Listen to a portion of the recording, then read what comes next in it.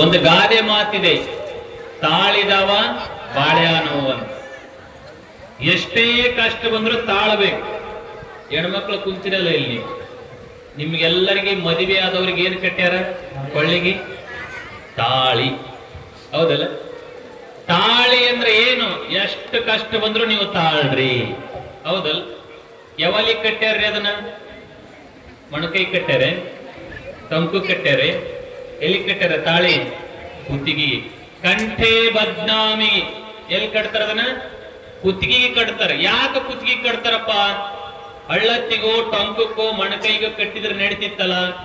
ಅವ್ರು ಹೇಳ್ತಾರೆ, ನೀನು ತವ್ರ ಮನಿ ಒಳಗೆ ಹೆಂಗ್ ಬೇಕಂಗ ಬದುಕಿದಿ, ನೀನೇನೇ ತಪ್ಪು ಮಾಡಿದ್ರು ತಂದೆ ತಾಯಿಗಳು ನಿನ್ನ ತಪ್ಪುಗಳನ್ನ ಮನ್ನಿಸಿ ಕ್ಷಮಿಸಿ ನಿನಗೆ ಹೆಂಗ್ ಬೇಕಂಗವ್ರು ಮತ್ತೆ ಚಂದ ನೋಡ್ಕೊಂಡಾರ. ಇದು ಗಂಡನ ಮನೆಗೆ ಹೊಂಟಿದಿ, ನಿನಗೆ ಕುತ್ತಿಗೆ ಮಠ ಸಮಸ್ಯೆ ಬರ್ತಾವ. ಎಲ್ಲಿ ತನ ಬರ್ತಾವ?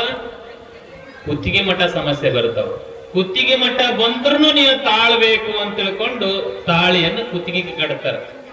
ಇನ್ನು ತಾಳಿಯ ನಿರ್ಮಾಣ ಇದೆಯಲ್ಲ, ಅದು ಬಹಳ ಅದ್ಭುತವಾಗಿರುವಂತ ನಿರ್ಮಾಣ. ಈಗೆಲ್ಲ ಶ್ರೀಮಂತರು ಓಟು ಬಂಗಾರದ ಮಾಡಿ ಹಾಕೊಂತಾರ, ಅದು ಮತ್ತೆ ಬೇರೆ. ಅದು ಕಳ್ಳರು ಬಂದು ಕಳು ಮಾಡ್ಕೊಂಡು ಹೊಂಟಾರ. ಹೌದಲ್ಲ?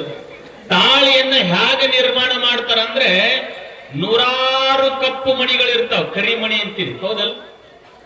ಯಾವ ಮಣಿ ಹಾಕ್ತೀರಿ ನಿಮ್ ಕಡೆ? ಕರಿಮಣಿನೇ ಹಾಕ್ತೀರಿ? ನೂರಾರು ಕರಿಮಣಿಗಳಿರ್ತಾವ. ನೂರಾರು ಕರಿಮಣಿ ಒಳಗ ಅಲ್ಲೊಂದು ಇಲ್ಲೊಂದು ಬೆಲ್ಲದ ಮಣಿ ಹಾಕ್ತಾರ. ಹೌದಲ್ಲ? ಅವಕ್ಕೇನಂತೀರಿ? ಯಾವ ಮಣಿ ಅಂತೀರಿ? ನಾನು ಹೇಳಿದ ಭಾಷೆ ಅರ್ಥ ಆಗುತ್ತೆ ನಿಮ್ಗೆ? ಯಾರು ತೆಲಿನಾಗಿಡ್ಸಲ್ರಿ. ಅಲ್ಲೊಂದು ಇಲ್ಲೊಂದು ಬೆಲ್ಲದ ಮಣಿ ಹಾಕ್ತಾರ. ಹೌದಲ್ಲ? ಅವ್ ಬೆಲ್ಲದ ಮಣಿ ಯಾಕೆ ಹಾಕ್ತಾರೆ? ಬೆಲ್ಲದ ಮಣಿ ಬಾಳ ಇರ್ತಾವ, ಕರಿಮಣಿ ಬಾಳ ಇರ್ತವೆ? ಕರಿಮಣಿ ಬಾಳ ಇರ್ತಾವ. ಒಂದಲ್ಲ ಎರಡಲ್ಲ, ನೂರಾರು ಕಪ್ಪು ಚುಕ್ಕಿಗಳು ನಿನ್ನ ಜೀವನದಲ್ಲಿ ಬರ್ತವೆ. ನೀನ್ ಅದ್ರೊಳಗ ಬೆಲ್ಲದಂಗಿರ್ಬೇಕು. ಬೆಲ್ಲದಂಗಿರ್ಬೇಕಂತ ತಿಳ್ಕೊಂಡು ಬೆಲ್ಲದ ಮಣಿ ಹಾಕ್ತಾರ. ಅದ್ರೊಳಗ ಮತ್ತೆರಡು ಬಂಗಾರದ ಪದಕ ಹಾಕ್ತಾರ. ಹೌದಲ್ಲ? ಬಂಗಾರ ಪದಕ ಏನು ನಮಗ ಉಪದೇಶ ಮಾಡ್ತವೆ ಅಂತಂದ್ರೆ, ಇಷ್ಟು ದಿನ ನೀವು ಒಬ್ಬಳೆ ಇದ್ದಿ, ಇಷ್ಟು ದಿನ ನೀವು ಒಬ್ಬಾತ್ಮ ಇದ್ಯಪ್ಪ, ಇನ್ನು ಇಬ್ಬರಾಗಿರಿ. ನೀವಿಬ್ರು ಹೆಂಗ ಬದುಕಬೇಕು? ಬಂಗಾರದಂಗಿರ್ಬೇಕು. ಬಂಗಾರದಂಗಿರ್ಬೇಕು. ನೂರಾರು ಕಪ್ಪು ಚುಕ್ಕಿಯ ಮಧ್ಯದೊಳಗ ಬೆಲ್ಲದ ಮಣಿಯಂಗ, ಬೆಲ್ಲದಕ್ಕಿಂತಲೂ ಶ್ರೇಷ್ಠವಾಗಿರ್ದು ಏನಪ್ಪ ಬಂಗಾರ ಇದ್ದಂಗದವ್ರಿ ಹುಡುಗರು ಆಡು ಅಂತೀರಿ ನೀವು. ಲಗ್ನ ಮಾಡಿಕೊಟ್ಟೇವಿ, ಬಂಗಾರ ಇದ್ದಂಗದವ್ ಹಿಂಗಂತೀರಿ. ಅದು ಕುಡಿದು ಎಲ್ಲಿ ಬೇಕಲ್ಲಿ ಬೀಳುದು, ಏನೇನೋ ಉಚ್ಚುಚನೆ ಏನಪ್ಪ ಯಾಕರ ಕೊಟ್ಟೇವಿ ಈ ಮಂತನ ಹಂಗಂತೀರಿ. ಬದುಕು ಬಂಗಾರ ಆಗಿರಬೇಕಾಗಿತ್ತು ಅಂದ್ರೆ ಎಲ್ಲರ ಜೊತೆ ನಾವು ಪ್ರೀತಿಯಿಂದ ಇರಬೇಕು, ಕ್ಷಮಾ ಬುದ್ಧಿ ಇರಬೇಕು ಅನ್ನುವಂಥದ್ದು. ರೇವಣ ಸಿದ್ಧರು ಬಿಜ್ಜಳ ಅರಸನ ಮನೆಗೆ ಭಿಕ್ಷಾಂದೇಯಿ ಅಂತ ಹೋಗಿ ನಿಲ್ತಾರೆ. ಭಿಕ್ಷಾಂದೇಯಿ ಅಂತ ಹೋಗಿ ನಿಂತಾಗ ಆತನಿಗೆ ಒಂದ್ ಸ್ವಲ್ಪ ದುರಹಂಕಾರ. ಯಾರಿಗೆ ದಾನ ಅಂತಂದ್ರೆ ಕೆಲವೊಂದು ಇರ್ತಾವ, ದಾನವೆಂದಡೆ ತಲೆಯಲ್ಲಿ ಚಾಣದಿಂಬಡದಂತೆ, ತಾನೊಂದು ತಪ್ಪು ಮಾಡಿದರೆ ದಂಡವನ್ನು ಮೌನದಿನ್ನೀವನು ಸರ್ವಜ್ಞ ಅಂತ ವಚನ ಬರುತ್ತೆ. ನೋಡು, ದಾನ ಕೊಡುವಂದ್ರೆ ಕೆಲವು ಮಂದಿಗೆ ಬಹಳ ಕೋಪ ಬರ್ತೈತೆ. ಯಾವರ ಮಠದ ಜಾತ್ರೆ ನಡೆದಿದ್ದು ಅಂದ್ರೆ ಒಂದಿಟ್ಟು ಪಟ್ಟಿ ಗಿಟ್ಟಿ ಹಾಕಿ ಬಂದಪ್ಪ ಇವತ್ತು ಲೀಸ್ಟ್ ತಗೊಂಡು ಮನೆಗೆ ಅಂತೀರಿ. ಹೌದಲ್? ಅದೇ ಏನಾರ ತಪ್ಪು ಮಾಡಿದ್ರೆ 1 ಲಕ್ಷ ಹೋಗಿ ಬಗೆಹರಿಸ್ಬಿಟ್ಟಿದ್ದೀನಿ ಅಂತೀರಿ. ಹೌದಲ್? ದಂಡ ಕೊಟ್ಟು ದಾನ ಕೊಡಂಗಿಲ್ಲ, ಹೆಂಡ ಕೊಡದೊಟ್ಟ ಹಾಲು ಕುಡಿಯಂಗಿಲ್ಲ. ಹಾಲಿನ ಅಂಗಡಿ ಎಲ್ಲಿ ಬರ್ತಾವ? ಮುಂಜಾನೆ ನಿಮ್ ಊರಿಗೆ ಹಾಲು ಮರಕ್ ಬರ್ತಾರ? ನಿಮ್ಮ ಮನೆ ಮುಂದೆ ಗಾಡಿ ತಗೊಂಡು 6 ಗಂಟೆಗೆ ಅವ ನಿಮ್ ಮನೆಗೆ, ನಿಮ್ ಊರಿಗೆ 6 ಗಂಟೆಗೆ ಬರ್ಬೇಕಾದ್ರೆ ಅವ 8 ಗಂಟೆಗೆ ಎದ್ದಿರ್ಬೇಕು ಮನೆಗೆ. ಹೌದಲ್? ಅವ 4 ಗಂಟೆಗೆ 3 ಗಂಟೆಗೆ ಎದ್ದು ಎಲ್ಲ ರೆಡಿಯಾಗಿ ನಿಮ್ಮ ಮನೆಗೆ ಹಾಲು ಹಾಲು ಹಾಲು ಅಂತ ಮನೆ ಮುಂದೆ ಒದರ್ಕೊಂತ ಬರ್ತಾವ. ನೀವು ಹಾಲು ತಗೊಳಂಗಿಲ್ಲ. ಆ ದಾರೋದ್ ಅಂಗಡಿ ಯಾವ್ದೋ ಒಂದು ಮೂಲೆಗೆ ಇಟ್ಟಿರ್ತಾರ ಅವ್ರು ರೋಡಿಗೆ ಇರಂಗಿಲ್ಲ. ದಾರೋದ್ ಅಂಗಡಿಗೆ ಅದು 100 ರೂಪಾಯಿಗ ಎಷ್ಟೋ ಅದಾವ, ನಮಗ ಅದ್ರ ಮಾಪು ಗೊತ್ತಿಲ್ಲ. 100 ರೂಪಾಯಿ ಇರ್ಬೋದು, 500 ಇರ್ಬೋದು, 1000 ಇರ್ಬೋದು, ನಮಗದ ಐಡಿಯಾ ಇಲ್ಲ. ನಿಮ್ಗೆ ಯಾಕಿಲ್ರಿ ಅಂದ್ರೆ ನಾವು ಕುಡಿಯಂಗಿಲ್ಲ. ಹೌದ?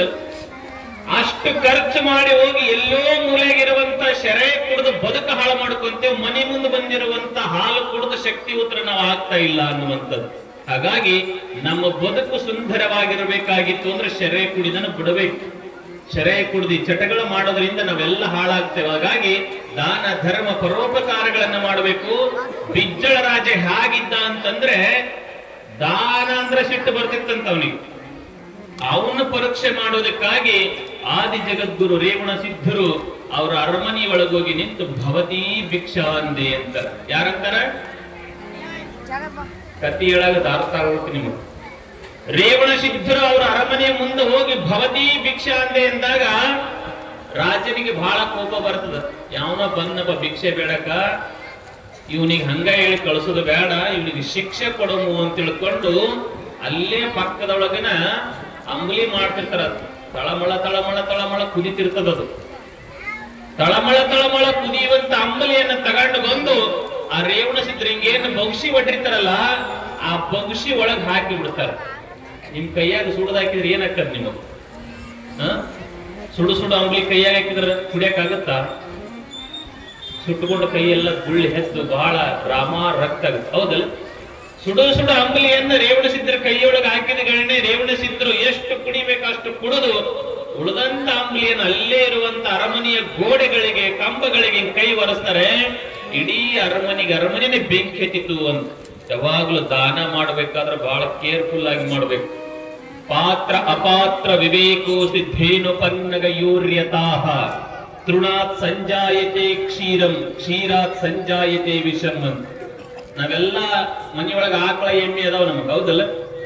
ಅವಕ್ಕ ನಾವು ಏನ್ ಹಾಕ್ತೀವಿ? ಹುಲ್ಲು ಹಾಕ್ತೀವಿ, ಹೌದಲ್ಲ? ಕಸ ಹೋಗಿ ನಮಗ್ ಬ್ಯಾಡಾದದ್ದು ಆಕಳುಗಳಿಗೆ ಹಾಕ್ತೇವಿ. ಅವು ಏನ್ ಕೊಡ್ತಾವ ನಮ್ಗೆ? ಆಕಳುಗಳು ಹಾಲು ಕೊಡ್ತದೆ. ತೃಣಾತ್ ಸಂಜಾಯತೆ ಕ್ಷೀರಂ ಕ್ಷೀರಾತ್ ಸಂಜಾಯತೆ ವಿಷಂ. ಅದೇ ಹಾಲು ತಗೊಂಡೋಗಿ ಹಾವಿ ಕುಡಿಸಿದ್ರ ಹಾವೇನ್ ಕೊಡ್ತದ? ಚಲೋ ಹಾಲು ಕೊಡ್ತದ? ಏನ್ ಕೊಡ್ತದ? ವಿಷ ಕೊಡ್ತದೆ. ಹಾಗಾಗಿ ನಾವ್ ಯಾವಾಗ್ಲೂ ದಾನ ಧರ್ಮಗಳನ್ನ ಮಾಡಬೇಕಾದ್ರೆ ಯಾವ ಜಾಗದಾಗ ಮಾಡಬೇಕು, ಹೆಂಗ್ ಮಾಡಬೇಕು, ನಾವು ಕೊಟ್ಟಿರುವಂತ ದಾನ ಧರ್ಮ ಪರೋಪಕಾರಕ್ಕಾಗಿ ಉಪಯೋಗ ಆಗ್ತದೋ ಎನ್ನಲೆಲ್ಲಿಯರ ದುರುಪಯೋಗ ಆಗ್ತದಂತ ವಿಚಾರ ಮಾಡಬೇಕು. ಹಾಗಾಗಿ ಇವ ದಾನ ಮಾಡಿದ ಬೇಸರ ಮನಸ್ಸಿನಿಂದ, ಇವ ದಾನ ಮಾಡಿದ ವಲ್ಲದ ಮನಸ್ಸಿನಿಂದ, ಹಾಗಾಗಿ ಇಡೀ ಅರಮನೆಯ ಸುಡಿತಂತ ಅವನಿಗೆ ಪಶ್ಚಾತ್ತಾಪ ಆಗ್ತದೆ. ಒಂದು ಉದ್ದುಕ ಸಾಷ್ಟಾಂಗಾಗಿ, ಯಪ್ಪ ನಾನು ಮಾಡಿದ ತಪ್ಪಾಗ್ಯದ ತಂದೆ, ನನ್ನನ್ನು ಕ್ಷಮಿಸು, ನನ್ನನ್ನು ಉದ್ಧರಿಸು ಅಂತ ತಿಳ್ಕೊಂಡು ರಾಜ ಆದವನು ಬಂದು ಮಹಾತ್ಮನ ಕಾಲಿಗೆ ಬೀಳ್ತಾನೆ. ಕಾಲಿಗೆ ಬಿದ್ದಾಗ ತನ್ನ ಕಮ್ಮಂಡಲದಲ್ಲಿರುವಂತ ನೀರು ತಗೊಂಡು ರೇವಣ ಸಿದ್ಧರು ಒಳ್ಳೆ ಅರಮನೆಗೆ ಹೋಗುತ್ತಾರೆ. ಇಡೀ ಅರಮನೆಯ ಬೆಂಕಿ ಶಾಂತ ಆಗ್ತದೆ ಎನ್ನುವಂಥದ್ದು. ಹಾಗಾಗಿ ಅಂಥ ಒಂದು ಅದ್ಭುತವಾಗಿರುವಂತ ಶಕ್ತಿ ಜಗದ್ಗುರು ರೇವಣ ಸಿದ್ಧರ ಹತ್ರ ಇತ್ತು ಅನ್ನುವಂಥದ್ದು. ಈಗ ತಾನೇ ನಮ್ಮ ಮಲ್ಲಣ್ಣನ ಮನೆಯಲ್ಲಿ ಕುಂತಾಗ ಪೂಜ್ಯರು ನಾವು ರೇವಣ ಸಿದ್ಧರ ಬಗ್ಗೆ ಚರ್ಚೆ ಮಾಡಕತ್ತಿದ್ದೇವೆ. ಪೂಜ್ಯರು ಬಹಳ ಸುಂದರವಾಗಿ ಹೇಳಿದ್ರು, ರೇವಣ ಸಿದ್ಧರು 300 ವರ್ಷ ಮ್ಯಾಲೆ ರೇವಣ ಸಿದ್ಧರು ಬದುಕಿದ್ರು ಅನ್ನುವಂಥದ್ದನ್ನ. ಯಾಕಂದ್ರೆ ಅವರು ಸಿದ್ಧಿ ಪುರುಷರು, ಯೋಗಿ ಪುರುಷರು, ಅವತಾರಿ ಪುರುಷರು. ನಮ್ಮ ಭಾರತ ಭೂಮಿಯೊಳಗ ಯೋಗ ಸಾಧನೆ ಅಂತದ ಸಾವಿರ ವರ್ಷ ಬದುಕಿದಂತ ಇತಿಹಾಸಗಳು ನಮ್ಮ ಭಾರತ ಭೂಮಿಯೊಳಗದ. ಹಾಗಾಗಿ ಯಾರಲ್ಲಿ ಯೋಗ ಇರ್ತದ ಅವರಿಗೆ ರೋಗ ಕಡಿಮೆ ಇರ್ತದ. ಉನ್ನತವಾಗಿರುವಂತ ಯೋಗವನ್ನ ಮಾಡಿದ್ರು ಅಂದ್ರೆ ಆವಿಷ್ಯವನ್ನ ಎಷ್ಟು ಬೇಕಷ್ಟು ದಿನ ಬದುಕೊಳ್ಳುವಂತ ಶಕ್ತಿ ಈ ದೇಹದೊಳಗೆ ಭಗವಂತ ಕೊಟ್ಟಾನ. ಎಂಥ ಮಾನವ ಜನ್ಮ ಏನ್ ಕೆಡಿಸಿಬಿಟ್ರಪ್ಪ, ಇಂಥ ಮನುಷ್ಯ ಜನ್ಮಗ ಸಿಕ್ಕಿತ್ತೇನ್ರಪ್ಪ ಅಂತಾರೆ. ಪವಿತ್ರವಾಗಿರುವಂತ ಮನುಷ್ಯ ಜನ್ಮ ನಮ್ಮೆಲ್ಲರಿಗೆ ಸಿಕ್ಕದ. ನಾವೆಲ್ಲ ಶೆರೆ ಕುಡಿದು ಗುಟಗ ತಿಂದು ನಾವು ಹೆಂಗೆಂಗೋ ಬದುಕೊಂಡು ನಮ್ಮ ಬಾಳೆಯನ್ನ ಹಾಳು ಮಾಡ್ಕೊಳಕತ್ತೇವಿ. ಹಾಗಾಗಿ ಇವತ್ತಿನ ಈ ಕಾರ್ಯಕ್ರಮದಲ್ಲಿ ನೀವೊಂದು ಸಂಕಲ್ಪ ಮಾಡಬೇಕು. ನೀವೆಲ್ಲ 100 ರೂಪಾಯಿ, 1000 ರೂಪಾಯಿ, ನೀವು 10,000 ಪಟ್ಟಿ ಕೊಟ್ಟಿರಿ, ಜಾತ್ರೆ ಮಾಡಿರಿ, 9 ದಿನ ಬಹಳ ಚಂದ ಊಟ ಮಾಡಿರಿ, ಮುಗಿತಪ್ಪ ನಮ್ ಕಾರ್ಯಕ್ರಮ ಅಂದ್ರೆ ಇದು ಮಾಡಿದ್ರು ಸಾರ್ಥಕ ಆಗಂಗಿಲ್ಲ. ಈ ಕಾರ್ಯಕ್ರಮ ಸಾರ್ಥಕ ಆಗಬೇಕಲ್ಲ. ಕಾರ್ಯಕ್ರಮ ಸಾರ್ಥಕ ಆಗಬೇಕಾದ್ರೆ ಏನ್ ಮಾಡ್ಬೇಕು? ನೀವೊಂದು ಸಂಕಲ್ಪ ಮಾಡ್ಬೇಕು.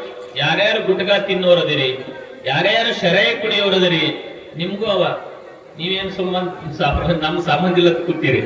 ನೀವ್ಯಾರ್ಯಾರು ತಂಬಾಕ ತಿಂತೀರಿ, ಬರೇ ಇಲ್ಲದ ವಿಚಾರ ತಲೆ ಹಾಕೊಂಡು ತಲೆ ಕೆಡಿಸ್ಕೊಂಡು ಬಿಪಿ ಸುಗರ್ ಮಾಡ್ಕೊಳ್ಳೋರದ್ರಿ. ನೀವು ತಿಳ್ಕೋಬೇಕು, ಅಗತಿರ್ ತಪ್ಪವರು ಕಾಗಿನೆಲೆ ಶ್ರೀಗಳು ಬಂದು ನಮಗೆ ಹೇಳೋಗ್ಯಾರ ಆ ಜಾತ್ರೆಗ. ನಾವು ಅಲ್ಲಿಂದ ಬಿಟ್ಟಿವೆಯಪ್ಪ, ಈಗ ಬಹಳ ಚಂದ ಅದೇವಂದ್ರೆ ಈ ಕಾರ್ಯಕ್ರಮ ಮಾಡಿದ್ದಕ್ಕೂ ಸಾರ್ಥಕ ಆಗ್ತದೆ. ಹಾಗೆ